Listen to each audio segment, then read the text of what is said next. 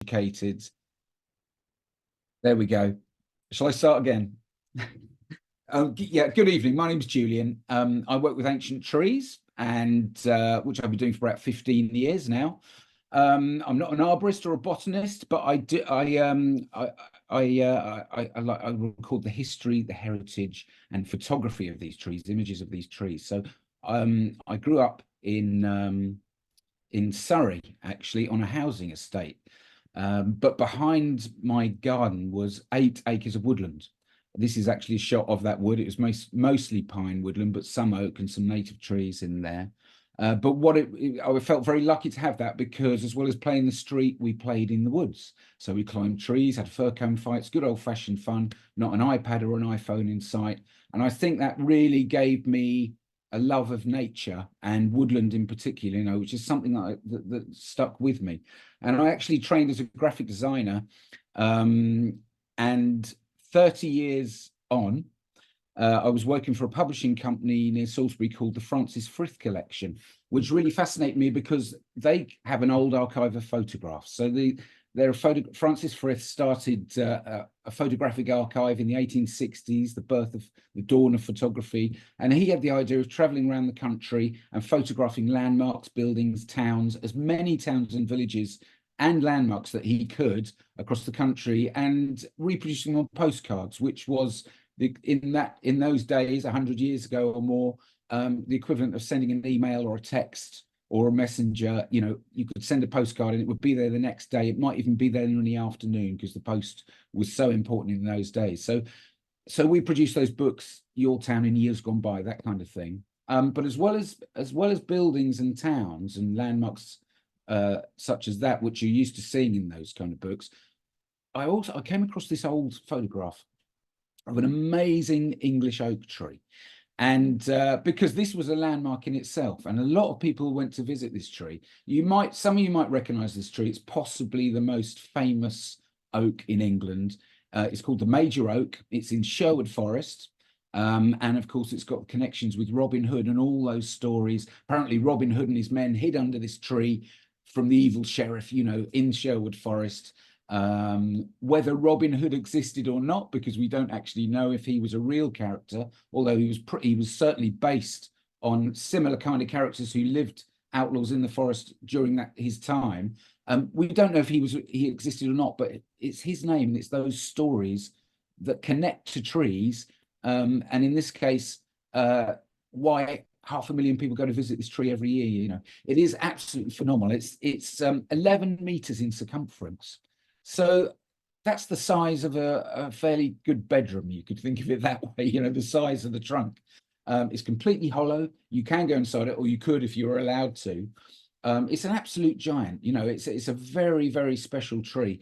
And anyway, it just got me thinking, because I remembered visiting this tree on a school trip in 1977. So I dug through my old photograph albums, and I found this old photo from 1977 of my school friend Jeremy. That is the first tree portrait I ever took when I was 13 years old. There's the same tree. And I remember being fascinated by this magnificent tree then, because it really is a giant, So I decided to go back and visit the tree 30 years later with my young son, Harry. There he is in the picture. And there's I think this photo is from 2009, something like that. So this photograph was taken 100 years after the archive photo, which we looked at before. And then it just occurred to me, because the thing is, the first question most people ask when they see a photograph like this is, how old is that tree? What's it seen during its lifetime? And estimates for this tree's age are 600 to 1,000 years old. But they are just that, they're estimates, and that's quite a margin for error. We don't know exactly how old they are, because the only way of dating, of aging a tree accurately, is to have a historic document with a known planting date, or to literally count the tree rings, the growth rings. Every year the tree grows another ring, and you can put an increment borer in and actually count the rings, find out how old the tree is. But as you can see from this tree, it's hollow.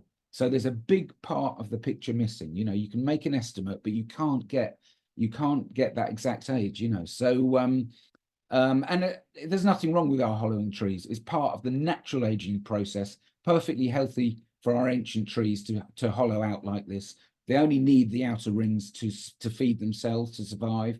Every year, another ring grows under the bark on the outside. And the rings in the center, the old rings that it doesn't use anymore, decaying wood, decayed by fungi, decayed by insects. In a sense, composting the tree itself. So it's part of that. It's perfectly natural process, for an ancient tree. So I looked at this photo and I compared it to that archive photograph from a century ago. And it occurred to me that in 100 years, that tree has barely changed. It's probably a little bit fatter now. It's lost that lower right-hand limb. If I go back to the other one, you can see that. That's part of the natural aging process, again, of an ancient oak. They do what we call growing down. So there's an old saying, 300 years young, 300 mature, 300 in decay. That's the life of an ancient oak. This tree is very much in its third period of growth, if you like. But that old saying is basically saying, these are could be millennial trees. Are they 1,000 years old? Well, if you think that this tree has barely changed, it's got the same shape, same character. There it is 100 years ago. If it has barely changed in a century, then maybe, that just adds a bit of visual dating. And although it's still an estimate, it just says, well, maybe they could live for that long, So anyway, this got me thinking. And I thought, what are the biggest trees? What are the oldest trees? And especially oaks. There's a fascination I have for oaks. I call myself an oakaholic, if you like. That's my problem, but it's not a bad problem to have. So I started looking for more old photographs, and the Victorians had photographed a lot of these old trees.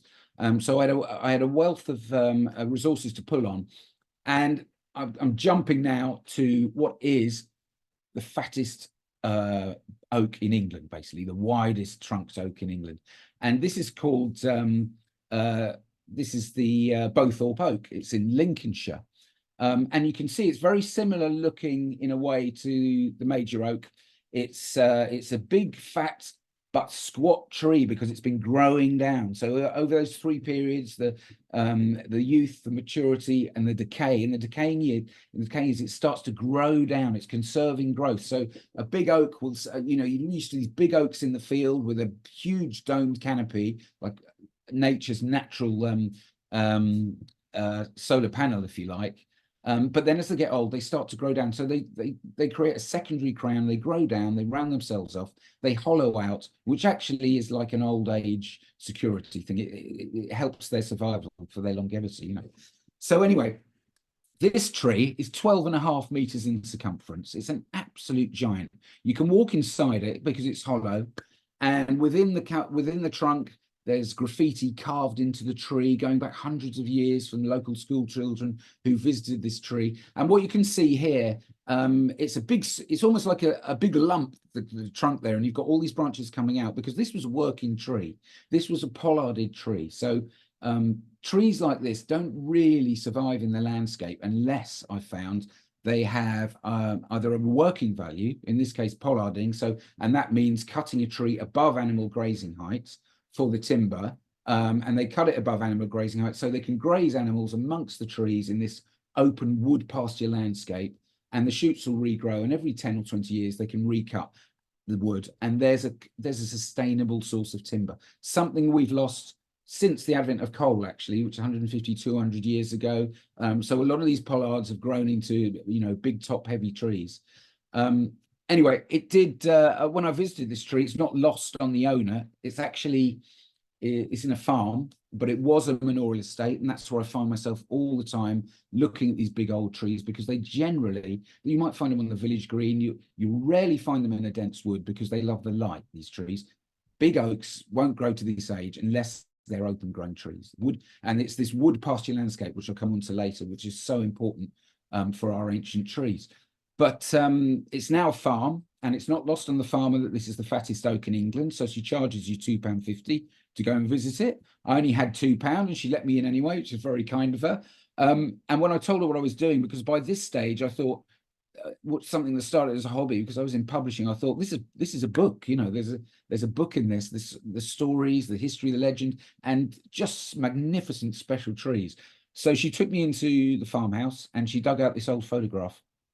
And there we have a Victorian photograph of the whole village who've come out to have their photograph taken in front of this tree. For the second reason why these trees survive is because they're landmarks, they're community, they're green community asset, they're meeting places. You know, we've always had trees as meeting places, historically, some really important ones. And you can see they've all got this Sunday best on because it's a special thing to have your photograph taken by this tree. I just think that's fantastic. So we're now at the other end of the country in Kent, where the largest, this is the fattest maiden oak, which is not a tree that hasn't been pollarded. So a maiden tree is a tree that hasn't been cut. It's still growing down. It's still doing that because it's so old, but it's sort of pollarding itself in a way, if you like. But this is the widest maiden tree, which is over 10 meters in circumference again. You can see it's completely hollowed out. It's again on a manorial estate, Fredville Park. But interestingly, it survived the manor house, which is no longer there, which was just behind this tree, not far away actually, because as a lot of these old manorial houses were commandeered in the Second World War for the troops, and apparently a soldier didn't put his fag out or properly, and the manor house burnt down, but the tree is still there. And in fact, prior to photography, the way that books were illustrated was by engravings, black and white engravings or hand-colored engravings.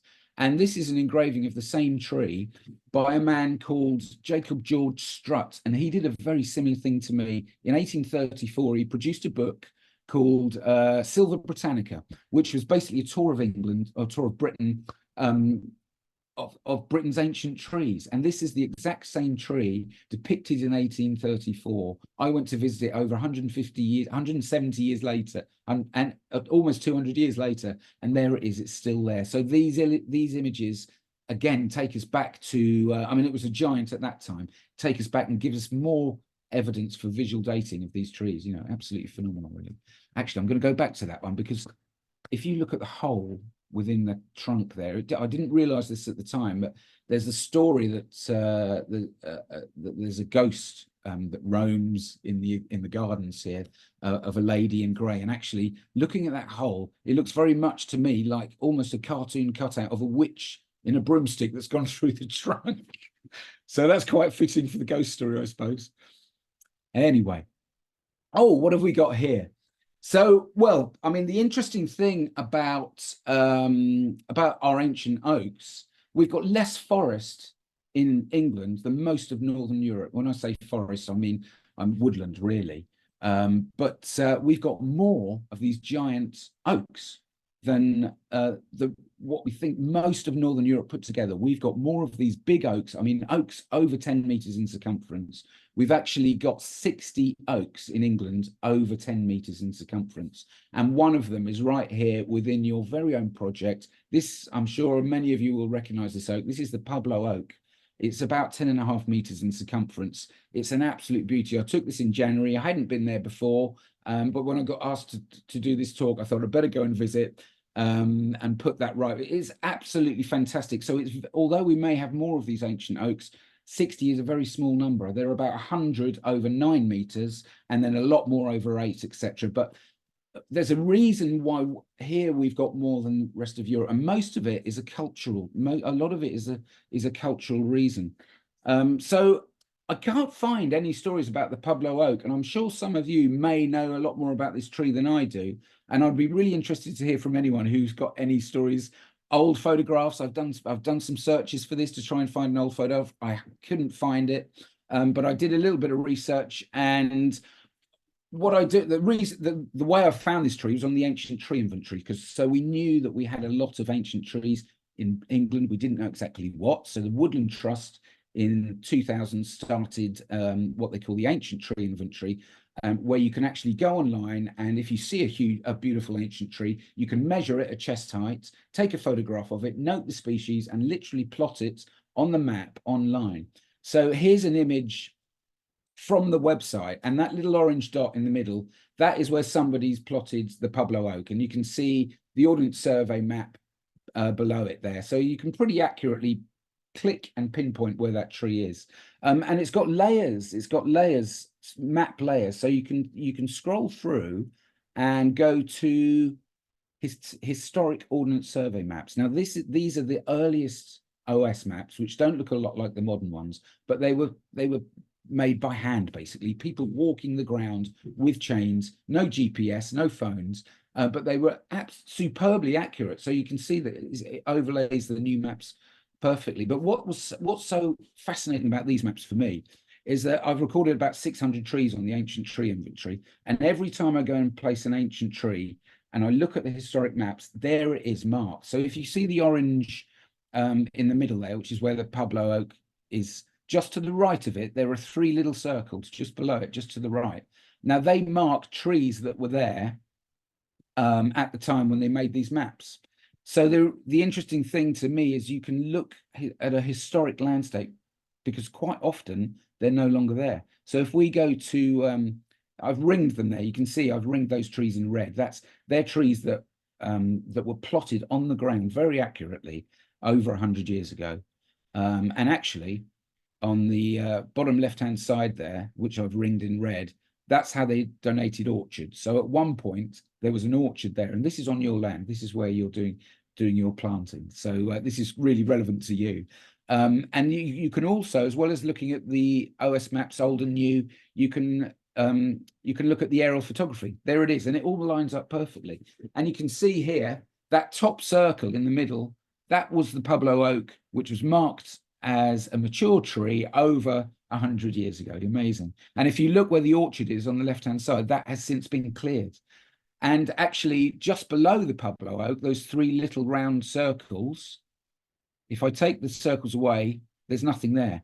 So these can be really important, especially if you're replanting, to know where trees were before, to kind of almost replicate that. You know, I use it all the time. I do quite a bit of planting, and we use them, especially for open grown trees, to find out where trees were before. It's just fascinating. I just find it fascinating, really.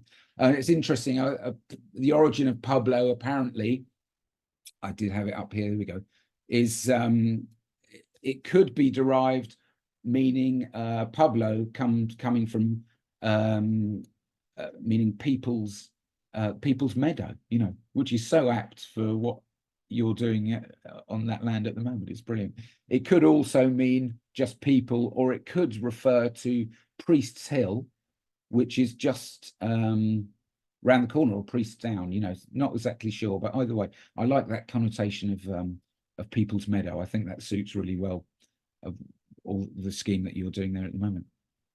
So here we are, the Pueblo oak, beautiful tree. And there would have been once more in that field. You know, it's otherwise we'd never know. If we didn't have those maps, we wouldn't know that.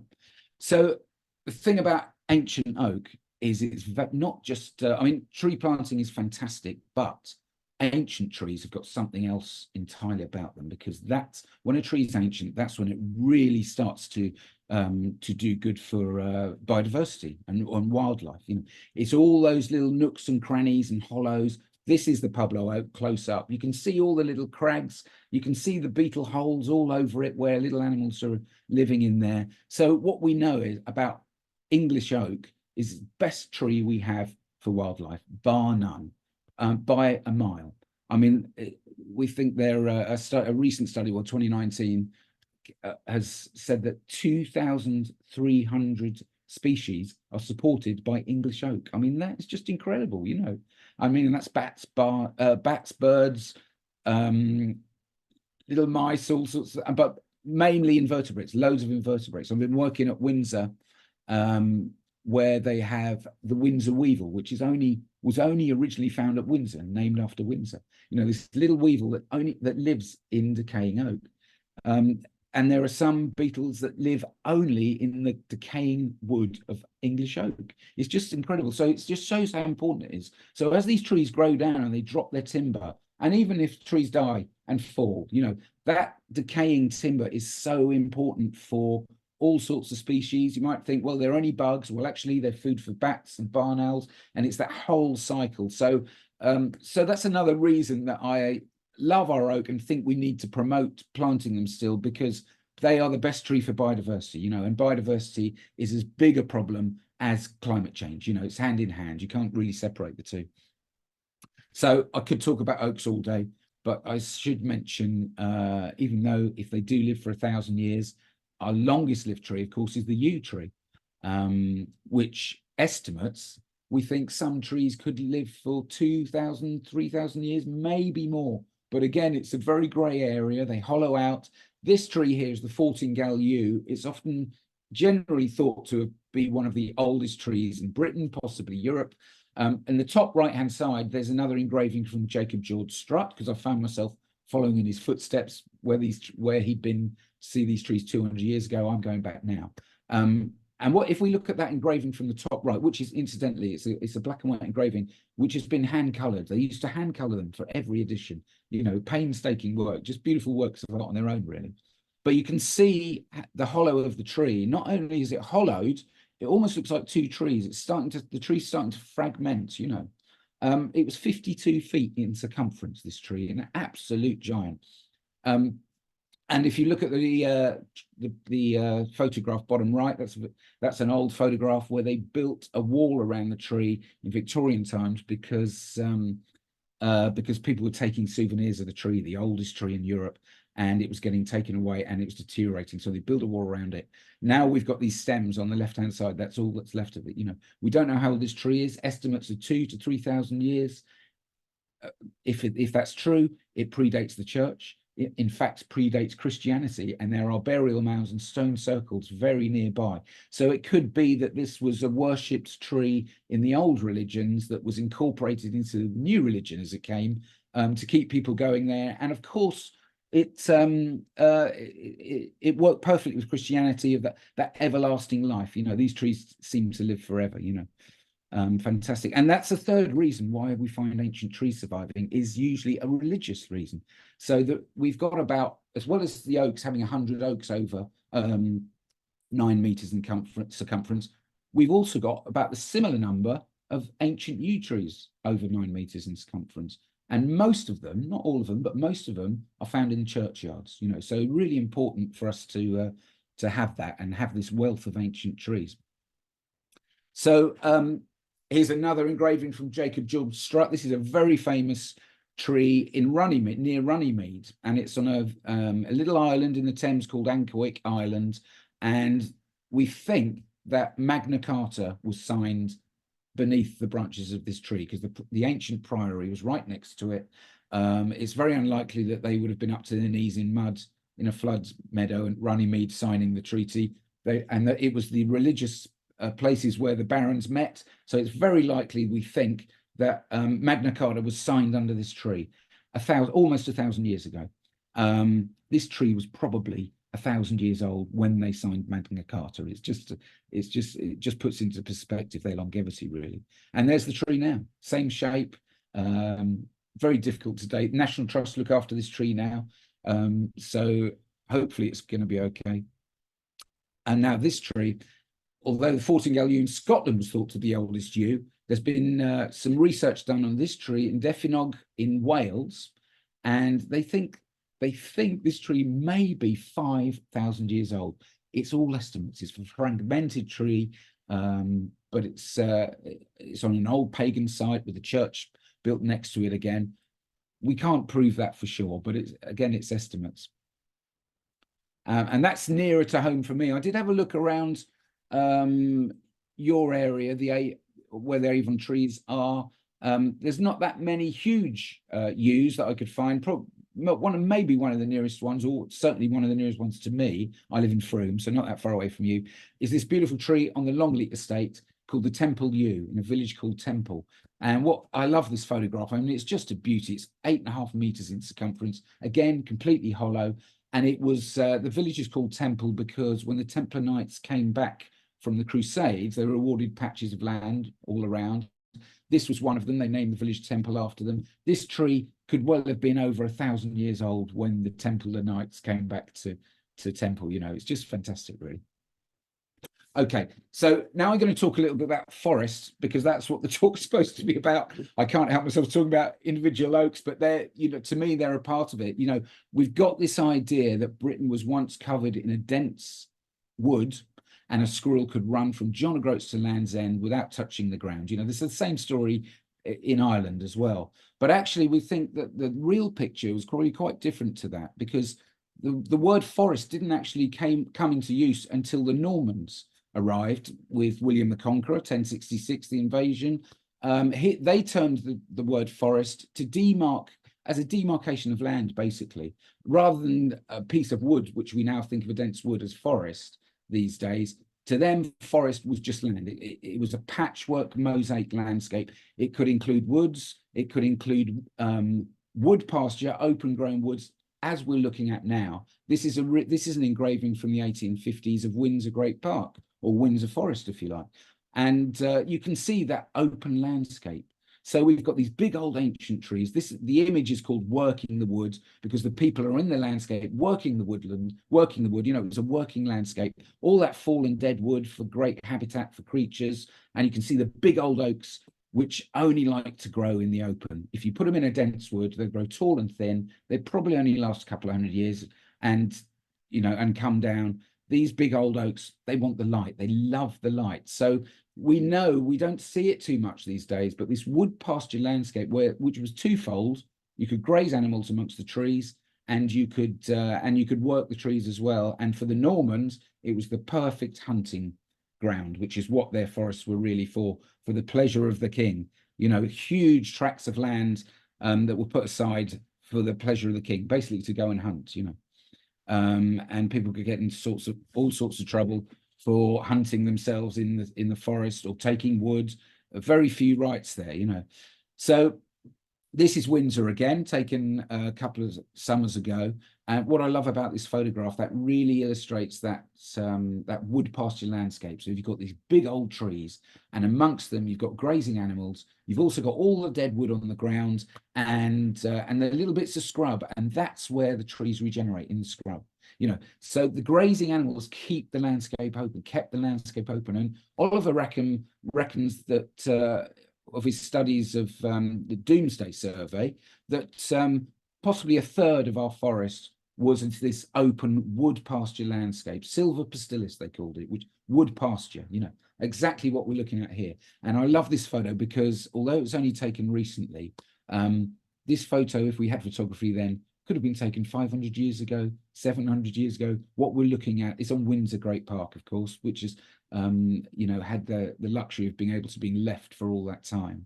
This could have been taken 1,000 years ago. We're looking at a piece of old England, old English landscape, this wood pasture landscape, which is all too often overlooked, in my opinion. Okay, now we're closer to home. We're not too far away. This is Ashton Court in Bristol, which shows the same thing. It was a manorial estate, of course, but it's been owned by the council for some while now, but they've kept it open for the public. You can walk here, it's fantastic. And they've still got the herd of red deer. And this just shows that wood pasture landscape. Here's the head guy, the red deer, rounding up his harem during the rut. He was making a right racket at the time, but you can see him amongst the big old trees, this open landscape that they've grazed to keep open. I love that, because that's history now, if you like. So it just shows. I mean, a lot of our trees were taken out of fields for agriculture, obviously, to maximize it. So in our lifetime, we're not really used to seeing this as a common landscape, when in fact historically it was very, as much a part of us forest as anything. So okay, when I started looking at ancient trees, and I thought, there's a book in this, one of the first places I went to was Windsor, because as a child I grew up in Surrey, and I remember driving through the middle of Windsor Great Park. The main road to Windsor goes right through the centre of it, and you can see these scattered big old oaks all along the road. And even as a child, that just fascinated me and filled me with wonder of these fantastic trees. So I went back there, and I was shown around by a man called Bill Cathcart, who was their head forestry at the time. Excuse me. And I had this old engraving that you can see there on the right-hand side of a tree named Conqueror's Oak, named after William the Conqueror. because Windsor was the first royal forest he founded just 10 years after the conquest. It was a strategic point at Windsor to keep the remaining Saxons to the west away from London. And it was on the river, so it was easy reach for him to get into London itself. So Windsor was the first royal forest that he founded. And obviously the castle at that point would have been just a wooden motte and bailey, not the big stone castle that we see now. But his descendants carried on after him, enlarging it and strengthening it. So a really good illustration on the left at Windsor. They're trying to do the right thing there. They're putting these longhorn cattle in which emulate the old grazers, because of course before we were farming, the natural grazers in the landscape would have been aurochs and deer and pigs digging up the ground, all these different animals, herds going on. At Windsor, they put in the longhorn cattle, which is the nearest we think we've got to the old breed cattle, to keep that landscape open. So anyway, I said to Bill, can you take me to Conqueror's Oak? I want to go and see Conqueror's Oak. He said, yep, sure. And he took me to this tree, this wonderful 10-meter girthed ancient oak, propped up there just for longevity. Absolutely fantastic tree. But I said, well, I thought, well, it doesn't look much like the engraving that I showed you. And Bill said, no, it's not. This is the one we show everyone. We tell everyone that's Conqueror's Oak, because it's on the main road. And he took me deeper into the forest, and there was Conqueror's Oak, this big old hulk of a tree. It's been dead for 60, 70 years, something like that. But in its death, in its decay, it's such a haven for wildlife. It's got so many creatures living in it. It's got moss, it's got lichen, it's got hundreds of invertebrates. Absolutely fantastic. And it'll probably still be there in this state long after I'm gone, because oak can live in the landscape for a long time. Wonderful tree. And we know it was Conqueror's Oak because looking on the old Ordnance Survey maps, there it was marked Conqueror's Oak. And you can see the old park pale, long gone and falling apart behind it, that metal fence, which was the park pale, the deer park boundary, if you like, So did William the Conqueror plant that tree himself? We'll never know, but that's the story. 1,000 years ago, almost, So this is a quick look at Britain over. I think there's just a recent story in the news is that the oldest trees ever found used to be New York State, but just recently they found them in Minehead on the coast. So these aren't, when I say trees, they're fossilized trees, obviously. So the oldest dated trees are just up the road from us. It's just fantastic, really. I can't quite go back that far, but I really start looking at the whole scene of Britain and our trees from the last ice age. So 12,000 years ago, Britain was pretty much covered in ice, some tundra in the south. And then, of course, the climate changed, started to warm up. So the ice sheets started to melt and the landmass changed. So if we look at this map, you can see the central image of our country as we know the shape of it now. That only really appeared about 6,000 BC, 7,000 BC, just 1,000 years before. That green shade around the 7,000, that was the landmass. So we were still connected to Europe then, and even more so before that. So what do we think of as our native trees? Well, Woodland Trust tells us there are around 33 species of native tree. There's a bit of grey area because when's a tree and not a shrub, etc., that kind of thing. But we think the native trees, around 33 trees, they're the trees that came into this country between 10,000 and 6,000 BC, before we were cut off from Europe because the water levels rose and cut us off and turned us into an island. So that's basically what we were left with at the time. But how do we know what was there? Because there's no records. How do we know? And the wood doesn't survive in the ground for that time. Well, mostly it's through pollen records. So trees leave pollen, and you can carbon date pollen. It almost carries on indefinitely, and get a really good age of that pollen of a certain tree, obviously, and through that we can get a picture of what was here. I mean, obviously, it's not necessarily a clear picture because pollen gets blown, but it gives us we know what trees were here at that time, and that's generally the picture. But here's another way of looking at it. This is this photograph you're looking at now of these little nodules in the sea. This is off the coast of Wales, the west coast, Cardigan Bay, and it's a little town called Borth. and periodically storms churn up the seabed and expose these little nodules, which are in fact tree stumps.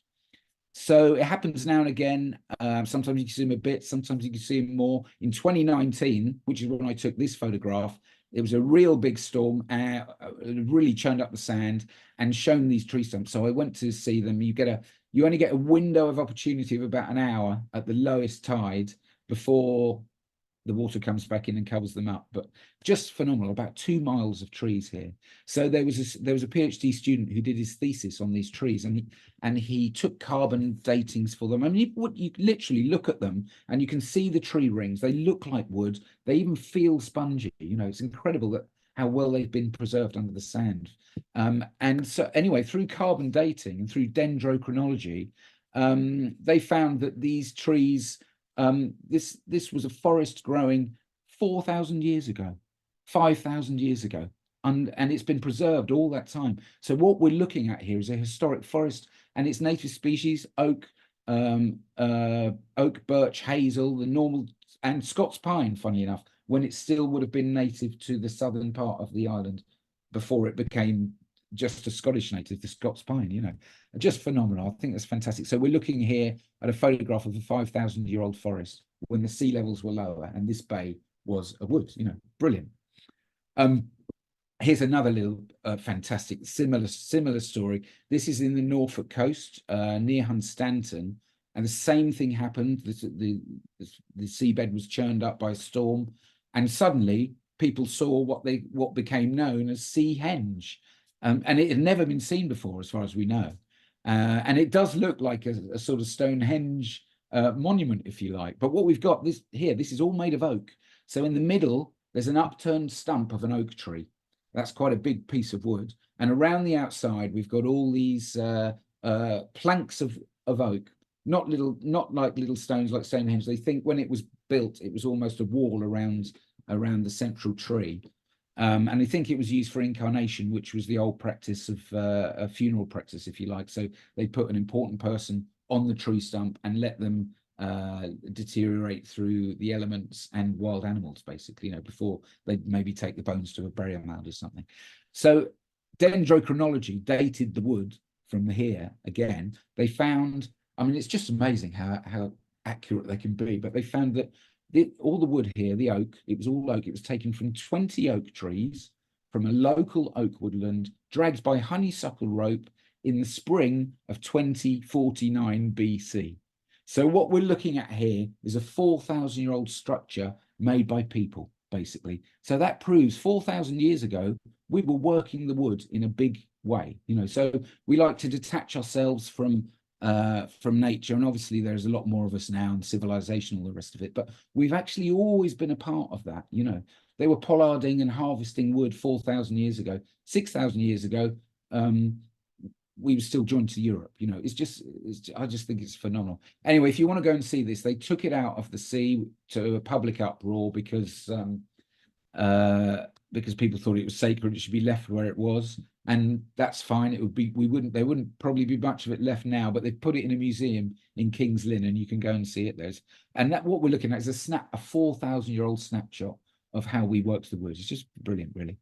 Okay, so during medieval times, there were around 250 royal forests. William started with Windsor, and he didn't stop there. He made forests all over England, mainly in the south. And what we're looking at here, because I live in Frome, not too far from you, so this is really relevant. Here are the Somerset, Wiltshire, Hampshire royal forests. So right in the middle there you can see Selwood Forest, and that was that's my local forest, if you like. I live in Frome. Half the reason that Frome became a town is because of Selwood Forest, because it was an important place where the king wanted to hunt. So if we're looking, but what we can see here, what I find really interesting, is all the other forests that are joined to it. So right the way down to the New Forest in the southeast, going all the way up through, we've got Cranbourne Chase, which is a very open landscape, you know, not the dense wood you might think of. Blackmore Forest, Gillingham Forest, then Selwood, Melksham, Chippenham, going right up to Kingswood, you know, and we've got a natural boundary of the River Avon there. And what's important about this band of forest, which wasn't necessarily a dense wood, is that it halted the Saxon invasion for 100 years, and we know that as historic fact, you know. And it wasn't because it was this dense wood, impenetrable wood they couldn't get through. It was the last stronghold of the ancient Britons, if you like. So historically, really important where Selwood Forest is, you know. So that's just a little local view at our local forest, if you like. And you can see here, I've ringed, this map is from the 16th century. So 500 years ago, this map was made, and they're ringed in red. You can see in the middle there, Selwood Forest.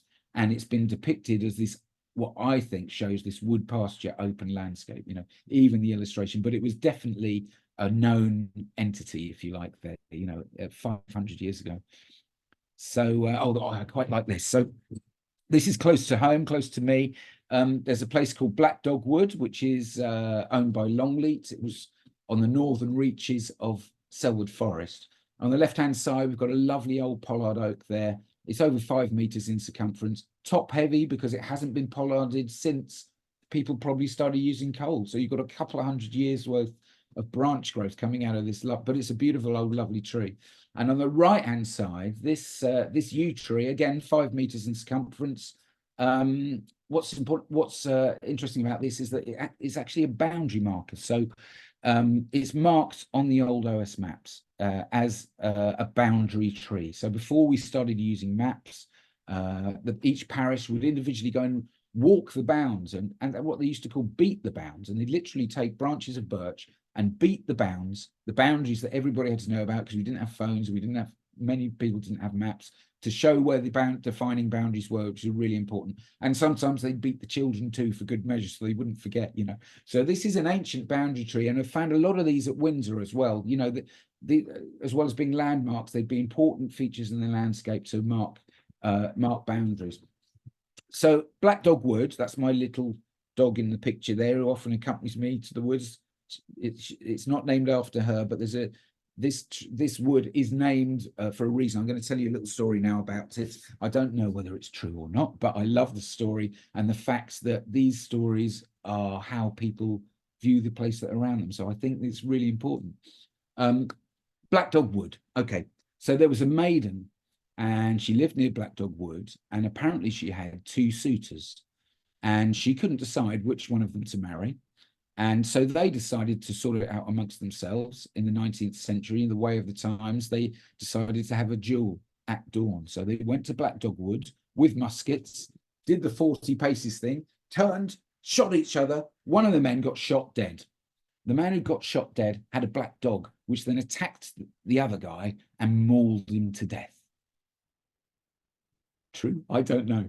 The maiden, distraught, committed suicide. So I'm sorry to bring you down on a Wednesday evening. Whether it's a true story or not, I don't know. But the black dog to this day apparently still roams the woods. The ghost of the black dog still roams the woods. So is that true? We don't know. But that's the way, that's the local story that's connected with these woods. And it is called Black Dog Woods. And interestingly enough, there's a crossroads just on the edge of the wood called Dead Maid's Cross. And they did used to bury suicide victims outside the church. They quite often bury them on crossroads, you know. So maybe there's an element of truth in that. I don't know. Okay, so another great little story. What I was saying earlier about forest rights. So the forest was the preserve of the king or the queen, the monarch, their right to hunt, take wood. Most people had been using the forest before because we need firewood as a necessity, and feed for grazing for animals and bedding, etc. So that's where our common rights stemmed from. People were really upset about not being able to use the forests that were important to them, because we didn't all have Sainsbury's or whatever other supermarkets are available to go to.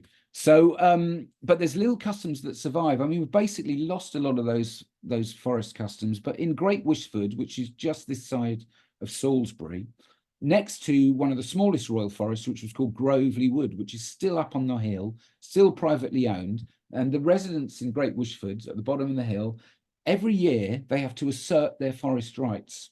And that means going to Salisbury Cathedral every year to the bishop and asserting their rights. So the way they do this is a rough band wakes the village up at the crack of dawn, crashing pans and waking everybody up. They all walk up the hill. They get sprigs of oak from the trees and decorate themselves and their houses.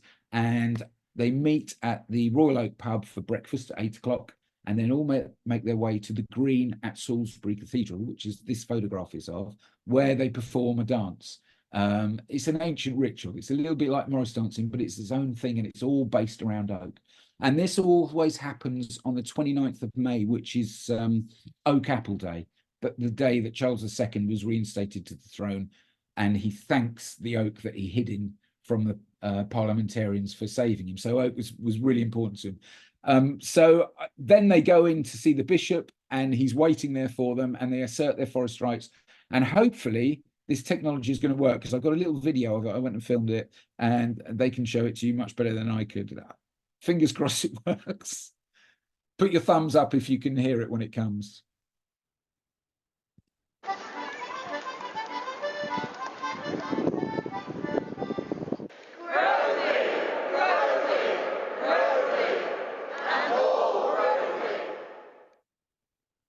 Grovely, and all Grovely, and that's it. Their forest rights are asserted for another year, and they all go off and have a big party back at the village.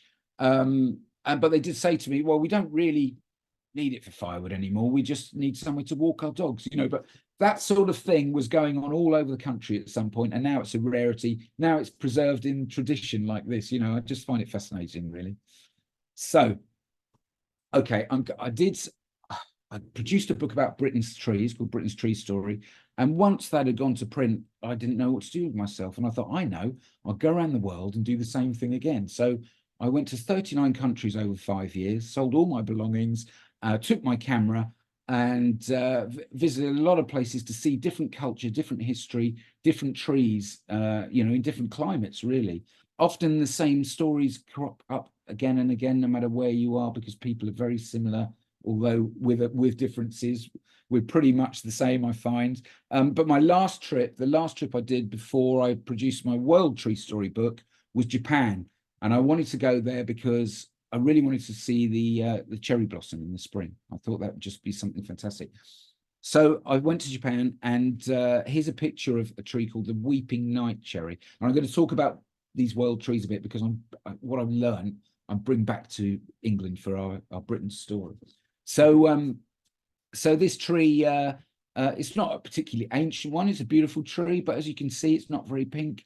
I missed it. I caught the tail end of the cherry blossom, which is such an important thing for Japanese people. You know, it's this fleeting beauty which makes it so important. And the couple of weeks that the cherry blossom's there, everybody has parties in the park, picnics, drinking sake. They call it hanami. And a big celebration of the beauty of the cherry blossom, which is then gone for another year, you know. So I saw this tree, and actually, I will tell a quick story about another tree I saw in Japan. So they've got some amazing trees there, and this thing about religious context, making sure that some of the trees are preserved, is really evident in Japan. They still use the Shinto religion, which is a pagan religion, if you like. Most of the ancient trees in Japan are within temples, and in fact are the shrines themselves, because those old hollow trees, the old religion believes that the spirit, or the god, if you like, they call it the kami, is within the tree. It could also be within a waterfall or a rock formation. So they actually go and pray to a tree. And I saw a 10-meter girthed camphor tree, beautiful old ancient tree, and it was the shrine, and people were queuing up to pray to the tree. So I joined the queue, and I watched what they did, and they did 2 claps, 2 bows, and then do a circuit of the tree to make a wish or a prayer, if you like, for what's troubling.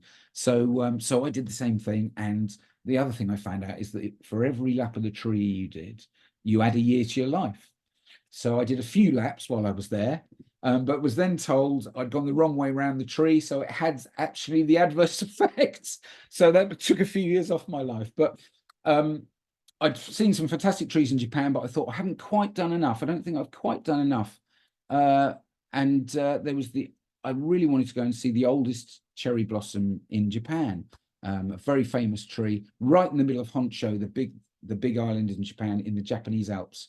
But I looked online to check the trains, and there were 5 train journeys, 2 minutes between each train, change between each train. And I just thought, no, that's just never going to, being English, I thought that's never going to work. So I went to bed thinking I'll just see the sights in Tokyo tomorrow. But I got up early in the morning, put my rucksack on. It obviously been going around in my mind, and I got the train. Every train was bang on time, and I arrived at the town called Hokuto to go and visit the tree. And when I came out, it was torrential rain, just like England. I had a big rucksack. I was going to hike the 5 miles to the tree, but there in the car park, there's one car. It was a taxi, so I went to see the taxi driver. I tried to converse with him, but they don't speak much English in Japan, and there's no signage or anything. You know, I had to count the stations as I went on the train because the signs are all in Japanese. So I tried to explain to him I want to go and photograph this tree. And I knew a Japanese word. One of the Japanese words I knew was Sakura, which is cherry blossom. And I showed him my camera, and he got his phone out, and he knew exactly what I meant. Showed me a picture of it, and he drove me to the to take me to see this tree. He wanted 3,000 yen. I only had 2,000, but he took me anyway. Lent me his umbrella while I went to go and photograph the oldest cherry blossom in Japan, Yamataka Jindai Sakura, and here it is in its full glory. And because it's in the mountains, it was slightly slower with coming into bloom, and this tree was in full bloom. They think it's 2,000 years old, planted by one of the first Japanese emperors. It's over 10 meters in circumference. It's hollow. It's propped at every bough, a bit like the first tree was started with, the major oak. You know, very similar parallels there. It just shows, and that showed to me for both of these trees, it just takes the will to help them on, if you like. You know, it's very easy to say this tree needs to go, but this tree could be 2 millennia old. You know, absolutely phenomenal. So that taught me a lesson to. But again, 2,000 years it's a estimate, just like our oak trees. But then when you go to America, where they've got the biggest, tallest, and oldest trees in the world, all within one state of California, unbelievable. I mean, it's a slightly different story. So we've got these giant sequoias, sometimes known as Wellingtonias, but that's an English thing. Their name is a giant sequoia, named after Chief Sequoia. There's me photographed amongst what is called the Senate. You can just see a little character in the middle there. And I put myself in these photos all the time, not for my ego, but just to show the sense of scale, because you can really, without a person or an animal or an object, you can recognize, you know, it's just a tree, but you put someone in there and suddenly you get the idea of these size of these trees. So we've got a lot of giant sequoias in this country. In fact, they've been in the news in the last week. People saying, you know, this is a better place for them. We've got more than they've got in America. But the ones that are here, we've only had them here since the 1850s. You know, they've been growing in the United States for thousands of years. And these trees dwarf ours. Although the giant sequoias here dwarf our native trees, the ones in America make ours look like babies, which is really what they are, you know. Absolutely amazing. So this is the biggest tree in the world. It's called the General Sherman, because they like to name their trees after bloodthirsty generals and the like. It's over 100 foot in circumference around the base. It's not the widest tree in the world. It's not the tallest tree in the world, but there's more timber in this tree. There's more volume to this tree than any other tree, as far as we know, in the world. You know, it's an absolute giant. And then the interesting thing about the redwoods is that they show no senescence. So we call them redwoods. The reason they're red is because they're full of tannins, and that really helps preserve the tree. So you can take an increment borer, and if you can get one long enough, and take a reading of these trees. If they haven't been hollowed out by fire, which they sometimes are, you can see a bit of hollowing going on with the General Sherman. But they got a date for this tree around 1,900 years old, and that's scientific fact. So suddenly, we're not estimating anymore. We've got a known quantity. We know that trees can live for 1,900 years, and not far from this tree is a tree called the President, which isn't quite as big, funnily enough, but has been dated at 2,000 years old. So we know trees can live for 2,000 years. So because they were the biggest trees in the world, everyone thought they must be the oldest, right? That sort of makes sense. But there was a man called Ed Schulman who thought these trees, which are called bristlecone pines, and they grow in the next mountain range along. So you've got the Sierra Nevada, where the redwoods grow, and the next mountain range along you can see each range from the other. It's a very different environment. It's dry, it's arid. The giant squirrels have taken all the moisture as it comes in from the coast, and you're left with these little stunted pines. They grow 12,000 foot up. And sometimes they're just supported by one strand of bark. They look half dead, you know. But this guy, Ed Shulman, had an idea these were really old. I'm going to go over a little bit. Is that okay? I'll try and cut it down. Apologies. But this is important because Ed Shulman took his increment borer, and like the redwoods, they showed no senescence. So you can get to ring 1 on these trees and find out how old they are. And he cored around 120 trees. And he found a tree that was 4,900 years old, and that's scientific. That's proven by dating, and the basis of dendrochronology. A lot of it came from these trees because they're the oldest ones we've got. You know, so absolutely fantastic.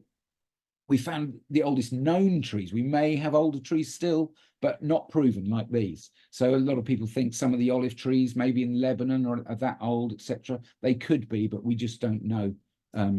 Maybe our yew trees are, you know, we just don't know that. So on a side note here, he had a student working for him, helping him with his studies, called Donald Curry, who was also coring the trees, and he got his increment borer stuck in one of the trees. So he called the forestry service out. They came up, cut the tree down, gave him his increment borer back. Then they counted the rings, and they found out that they just cut down the oldest tree in the world. It was 5,000 years old. Gone. You know, to be fair, they didn't know particularly what they were doing at the time. But now, if you visit the White Mountains and go here, which is called Methuselah Grove, they won't tell you which tree it is, but one of these trees is 4,900 years old. Absolutely fantastic. And when you're there, it doesn't really matter because it's just the most amazing thing. I went up really early morning and there was nobody around. It was very difficult to breathe, very thin air because you're 12,000 foot up, but just phenomenal. And actually, you're at the top of the mountain now here. So they've got nowhere else to go. This is the last surviving pocket of these, you know, so something really, really special there. So bringing that back to England, why can't our oak trees be 1,000 years old? This, apart from the Pueblo oak, this is probably one of the nearest 10-meter girth trees to most of you watching, if you're in a similar area to me. It's called Wyndham's Oak or the Silton Oak. It's quite near Stour Head, just south of the A303 below Stour Head. And like most of the other trees I've been talking about, it's 10 meters in circumference. It's completely hollow. It's on an old manorial estate named after Judge Wyndham, who owned the estate, who used to be Justice of the Peace for Charles II. And apparently he used to sit in this tree, the hollow tree, smoking his pipe, deciding he was going to hang them the next day. And actually a couple of royalists were apparently hung from this tree. So while I was there, the farmer came up to me and asked me what I was doing on his land, which is fair enough. There is a public footpath, you can go and view this tree. So I told him what I was doing about writing a book, and he took me into his farmhouse, and there was this beautiful painting hanging on his wall of the Wyndham's Oak, probably drawn around in the 1850s. And the farmer showed me a photograph from 1945, by which time that big branch on the right-hand side was probably halfway between the ground and where it is now. It started to come down. And actually what we're seeing here, because the rounded picture I show you is a tree that has grown down in its old age. And what we're looking at in this painting is a tree in the process of growing down. So it's got this huge limb on the right-hand side. It probably had the same on the left as well, and a big dome above it. This is a tree in the process of growing down, conserving energy in its old age. So I went back in the twilight to take a silhouette of this tree just to illustrate. There it is. It's lost the branch. The branch is gone. It's rounded itself off. But looking at the difference between those two photographs, you can see it's got the same shape, the same character, 170 years apart. Could it be a 1,000-year-old tree? Well, I think it probably could, you know, just fantastic, really. So there's a picture of it rounded. It's grown down. It's you know, I went back to Windsor. I was been photographing trees at Windsor for a project, and last February there was a pretty big storm and they closed the whole park because there was debris everywhere, and I was due up there, and as soon as it was opened, I went back worried some of these beautiful old ancient trees, because we think Windsor is probably the best place in Europe for ancient oak, because they've had the 1,000 years to be there, and some of those trees we think are that old, you know. But when I got there, it was the big tall trees with wind sails that had come down. The little short squat ancient trees like this, they were fine, you know. It's a defensive mechanism, so which just shows you know, the benefits of the hollowing and the growing down. So here I am in Longleat. So as well as photograph the trees, I collect their acorns, and we've collected them at I've collected them in the Selwood Forest area mainly, and try and put them back in this Selwood Forest area in a small way to revive Selwood. So here on the left, we've got the oldest oak at Longleat. I call it the line of Longleat, because you can see and hear the lines from there. And sometimes it's quite unnerving, especially if they clock you through that fence, which suddenly looks very small and rusty. But it's just a fantastic tree. It's 8.5 meters in circumference, completely hollow. I've seen bats and barn owls fly out from its hollow, and ravens and buzzards in the branches.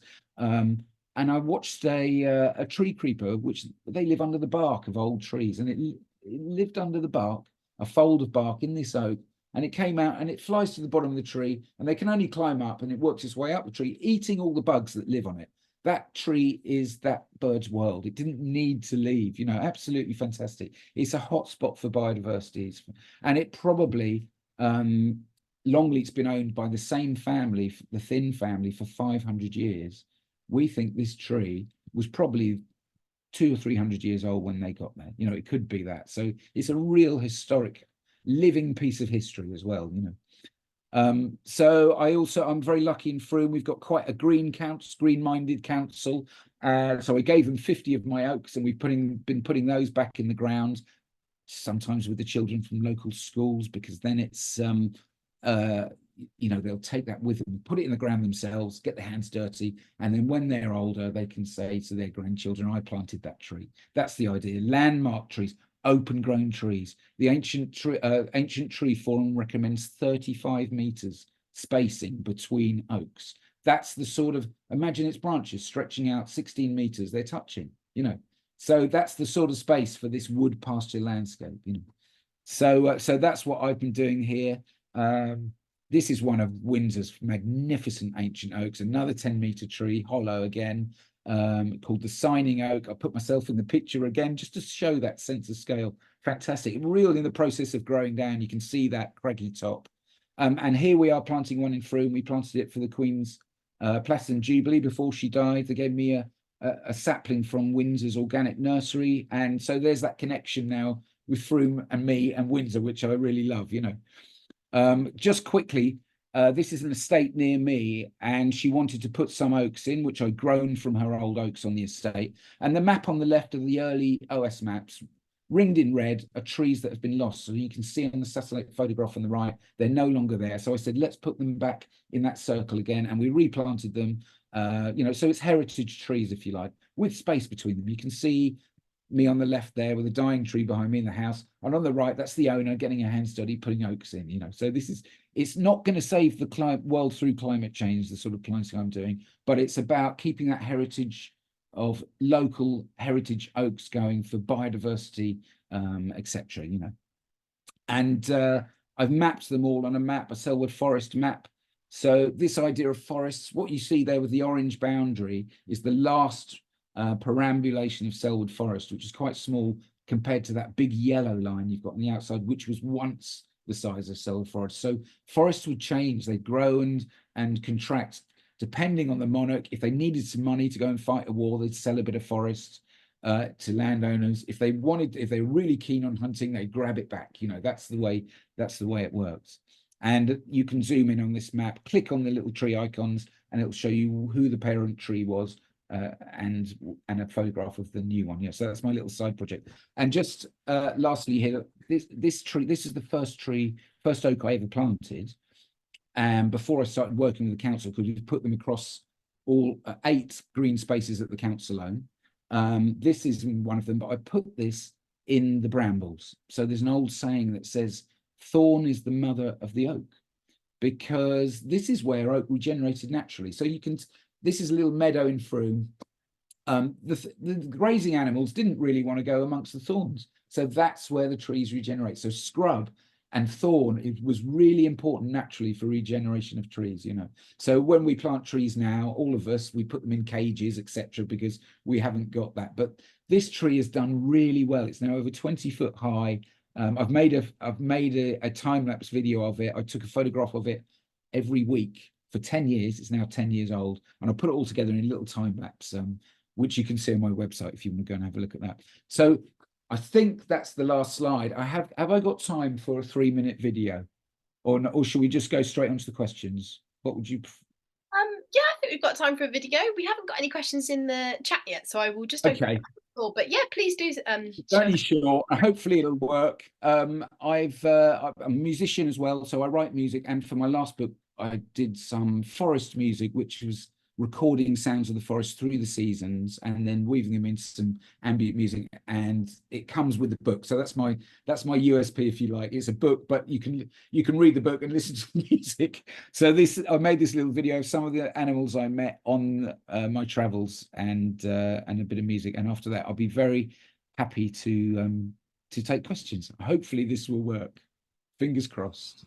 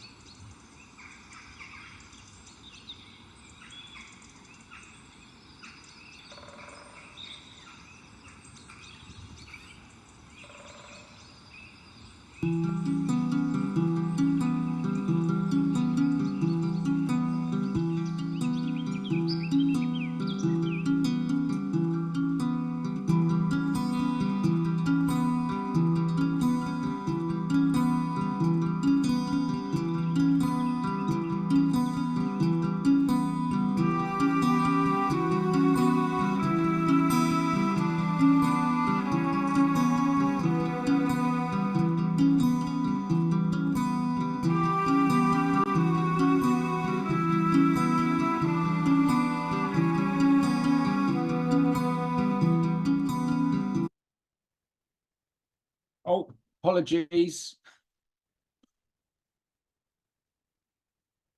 Oh dear.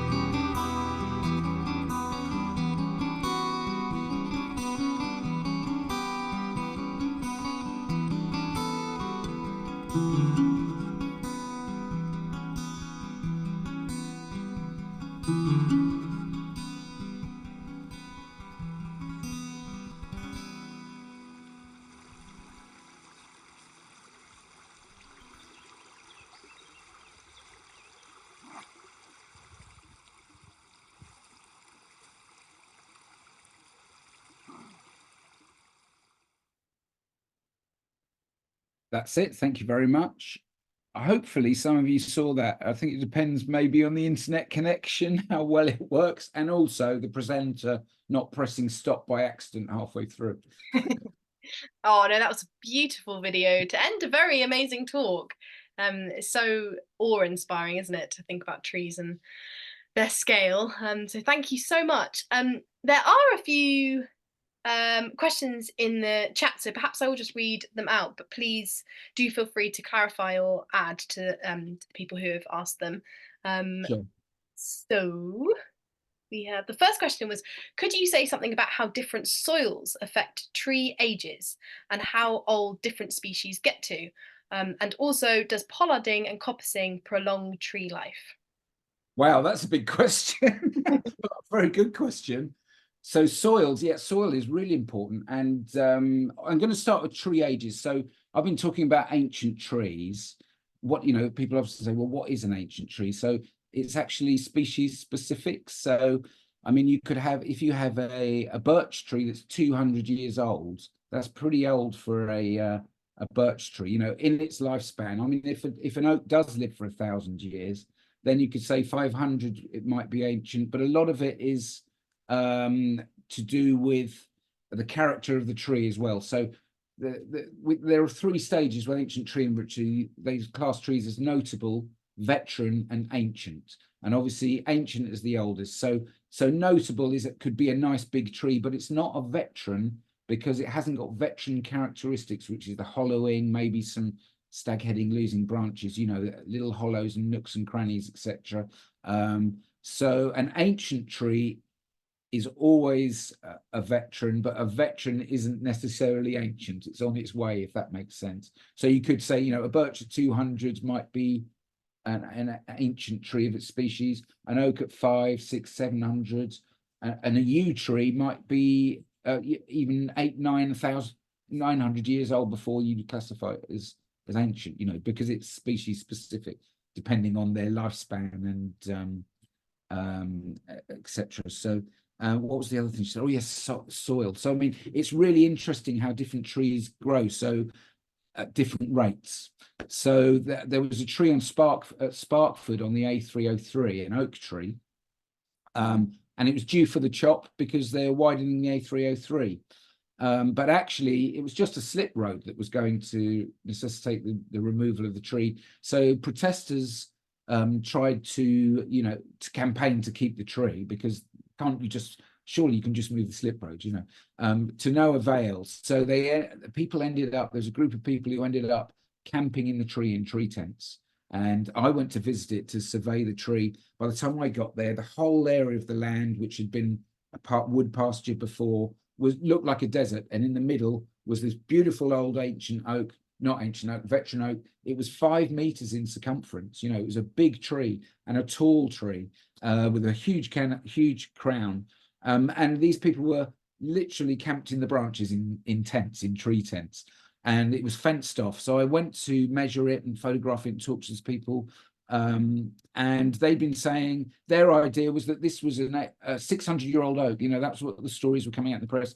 This tree's 600 years old, and I was saying, well, you've got to be careful how you date these trees, because obviously, as I've said all the way through, it's estimates with our local trees unless we've got a planting date.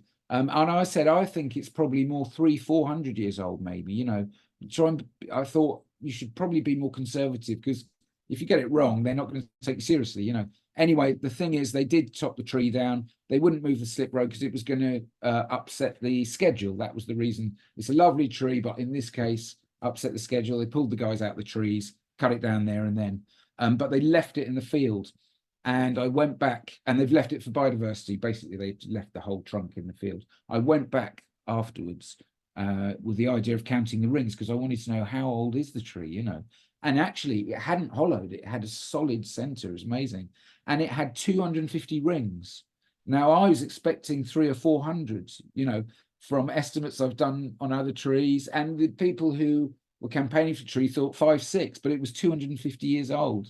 And a similar thing happened. That's the storm I mentioned at Windsor. One of the big trees did come down, and it was a similar size, 5 meters in circumference, as the one that came down at Sparkford. So it was a similar size. It was a very tall tree as well. That's why the wind caught it and brought it down.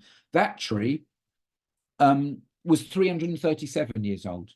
So it was quite a bit older than the other one and the same size. It just shows different soils and different environments can have a big impact on the age. So I really don't like to be drawn on ages of trees now, except for an estimate. I think it's fine to say, well, as an estimate, it could be this old, you know, but it's really hard to say. And actually, it's interesting that the tree at Windsor was a sessile oak, and most of them are pedunculate oaks, you know, English oak. But there are only half a dozen trees that are sessile oaks, which is often called the French oak. And that dates it back to the time when Charles II came back to the throne. And we think he was known to plant oaks. He probably brought a case of acorns back with him from France. I don't know, but it's a nice story, you know. So hopefully that answers in some way your question. Great, thank you. There are 2 other questions and some really interesting comments, particularly about local woodlands. So I really recommend everybody look at the comments. I've just noted down a few. I really liked Amy's comment saying it's an extremely magical, she was talking about Savernake Forest. I hope I've pronounced that correctly. Savernake, yes. And she said it's an extremely magical place. I saw many things as a child that were uncanny and supernatural. So I loved that comment. To move on to another question. So again, I'll just read it, but please feel free to clarify. Do you think that the particular shape of certain tree species makes them more appealing culturally to people? I'm thinking of your own and many others' interests in oaks. Yeah, I do, because they throw so many shapes. You know, you often see faces in them. You can see all sorts in them. Some people think that ancient oaks are ugly, you know, because they're contorted and twisted, and they're a bit like us when they get old. They get more wrinkly, more gnarled, probably a bit more grumpy. I don't know, but yeah, I mean that is because they're individuals. It just gives them that character, I think, you know. But the fact that all those little characterful parts of an oak are brilliant for wildlife is just fantastic, really. Yeah, amazing. And then I think final question before we wrap up at 8:30. Are sequoias native to America, as I remember seeing them in the Adelaide region of Australia in the hills and mountains? They're native to California and Oregon, and that's it. So they've been planted all over the world. And these stories about them doing really well in Britain, obviously they planted here, but they were almost like status symbols. So the big landowners wanted to get these giant trees, and so when they were brought back to it, there was a big clamour to get them, you know, and that's why you find them on these estates. But I've seen them in New Zealand as well. I think they've been planted all over the world, you know, now. And I mean, they do very well over here. And actually, English oak in New Zealand seems to do really well, you know, because they were saying that the growing conditions in England are so different to California. We're both northern hemisphere temperate countries, I suppose, but it's funny how trees seem to do really well in other places where they're not native, you know, but yeah. Thank you so much. I think that is it for questions. So thank you so much, Julian. What an amazing talk. I feel very calm just looking at pictures of trees and hearing about trees. So that's a really lovely Wednesday. Good for you. I'm sure everybody else feels the same. So just to wrap up, I just wanted to say a reminder that we still have tree planting days at Avon East Trees in the next few weeks, and you can head to our website to find out more information. Another reminder that the Forest of Avon Trust photography competition or session is running until June, so head to their website for more information about that. But Ant will follow up with everybody who signed up via Eventbrite with an email with these links, including a link to your website, Julian, so people will be able to, which I've just put in the chat if anybody would like to have a look. And actually, looking at the chat, It says one of the comments says hi from Pennsylvania. which is I know, cool. amazing. Yeah, Um, I saw that. Really, really amazing. Cool. One Well, says Massachusetts. So there you go. You've got a global audience. Brilliant. yeah, pretty amazing. Yeah.